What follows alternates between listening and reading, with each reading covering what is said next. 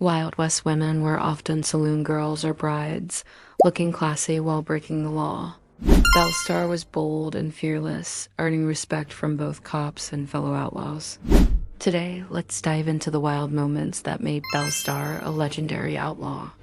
Smash that like button and subscribe for all the latest on gunslingers, outlaws, and the Wild West. They called her the Bandit Queen, a woman who rode with outlaws, dressed in velvet and lace, and carried pistols on her hips. Her name struck fear and fascination across the West. This is the story of Belle Starr, the woman who lived and died by the gun.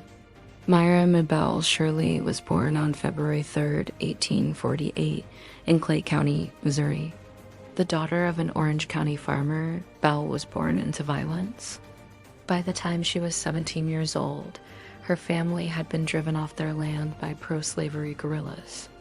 During the Civil War, Belle's brother joined the Confederate guerrillas, stealing horses and terrorizing anyone who opposed the South. Soon, Belle was joining her brother on his raids, leading to several arrests for horse theft.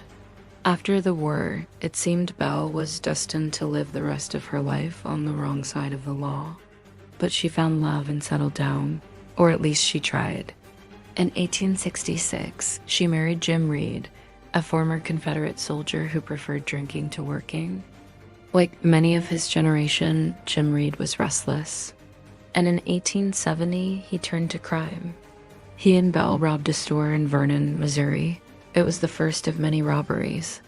In 1872, they stole 2 stagecoaches near Independence, Kansas. Jim killed one of the passengers, and when the sheriff arrived on the scene, Jim convinced him that he wasn't involved in the robbery or the shooting. Jim explained that he and Belle were only passing through and that they were headed west to settle down. The sheriff bought his story and let them go. 2 years later, Belle and Jim were arrested for robbing a train in Texas. Jim was sent to jail for 20 years. But thanks to Belle's testimony, his sentence was reduced to 5. Belle refused to testify against her husband after he was released. The couple decided to start fresh in the Indian Territory, west of the Mississippi River, but old habits died hard. In 1874, the Reeds robbed a farm family in what would become known as the Coal Murders. They took everything, including the family's 6 children. The family's 16-year-old son grabbed a shotgun and ambushed Jim Reed. Belle escaped. After the shooting, Belle did the only thing she could. She returned to her family for help, but her brother accused her of killing his sister's husband and kicked her out. Now alone and angry, Belle was forced to steal to survive. She was caught and spent 2 months in jail. That's where she met Sam Starr, a notorious Cherokee outlaw.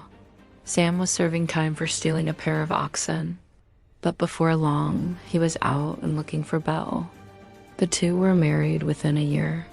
Belle adopted Sam's last name and became Belle Starr. Belle quickly adapted to the outlaw life.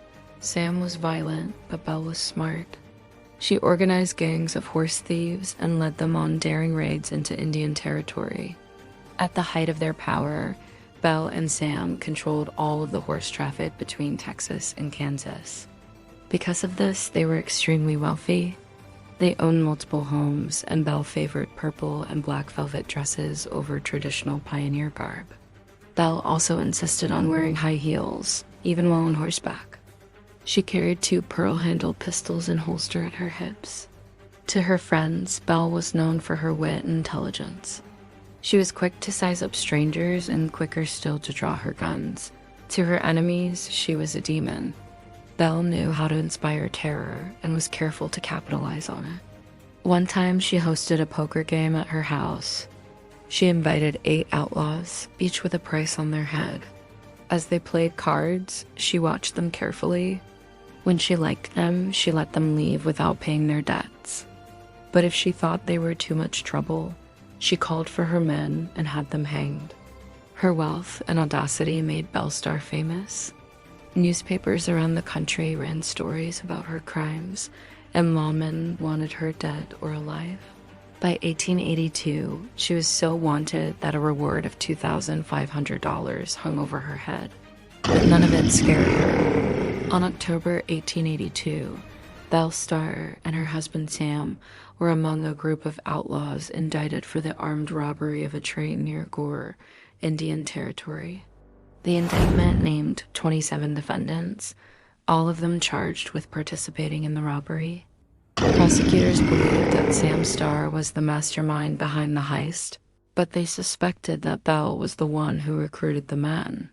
Most of those charged refused to be extradited to Kansas, so they were never tried. Those who were taken into custody refused to cooperate, and prosecutors had little choice but to release them. In 1883, Belle Starr was arrested again, this time for horse theft. She was charged with stealing 3 mules belonging to a farmer named Edward Duncan. While her usual tactic was to flee the jurisdiction, she decided to stay and fight the charges. In addition to being a skilled horse thief, Belle was a talented liar and had no problem swearing the mules weren't hers. She said she'd found them abandoned and assumed they were free. When she reached the courthouse, she told reporters she'd rather hang than accept bail. But behind the scenes, Sam was buying her freedom. He paid her bail and she was allowed to roam free until her trial. When the judge set her bail at $2,500, she was forced to return to jail. There she spent 9 months until her trial began. The case against her was circumstantial, based on the word of a farmer who claimed he saw her riding one of the stolen mules. Unlike many of her friends, Belle didn't plan to spend time in jail. She promised her lawyers that she would never go to trial and made good on her promise. On the day of her trial, she escaped in a hot car. She and her lover, Bill Tillman, fled to Texas. Once there, she sent a letter to the judge who sentenced her to 9 months in jail, saying she could have stayed longer if she'd wanted to. But she added that she didn't appreciate being called a thief. For the next few months, Belle and Bill robbed trains and stages together. But their partnership ended abruptly when Bill was arrested.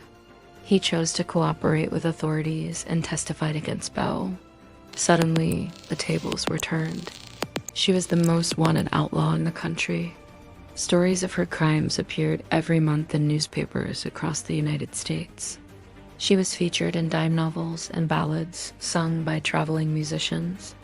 Magazines even offered cash rewards to the person who could bring her in, dead or alive. For a time, Belle Starr was the queen of the outlaws. But her reputation wasn't entirely her own. Much of the information published about her was inaccurate. Some writers confused her for another infamous outlaw, Pearl Hart, and many exaggerated her beauty to sell more papers. Belle knew she was being vilified in the media, and she hated it. She tried to defend herself by sending letters to editors, but they refused to print them. Soon, people across the United States knew Belle Starr's name, but they knew nothing of the real woman behind the guns. After her escape from prison, Belle went back to the life she once knew. She spent time with old friends, met new outlaws, and robbed several trains and stagecoaches. She had several close calls with law enforcement, but somehow managed to elude capture. All the while, she gave birth to 2 children, both of whom she named after her deceased husbands.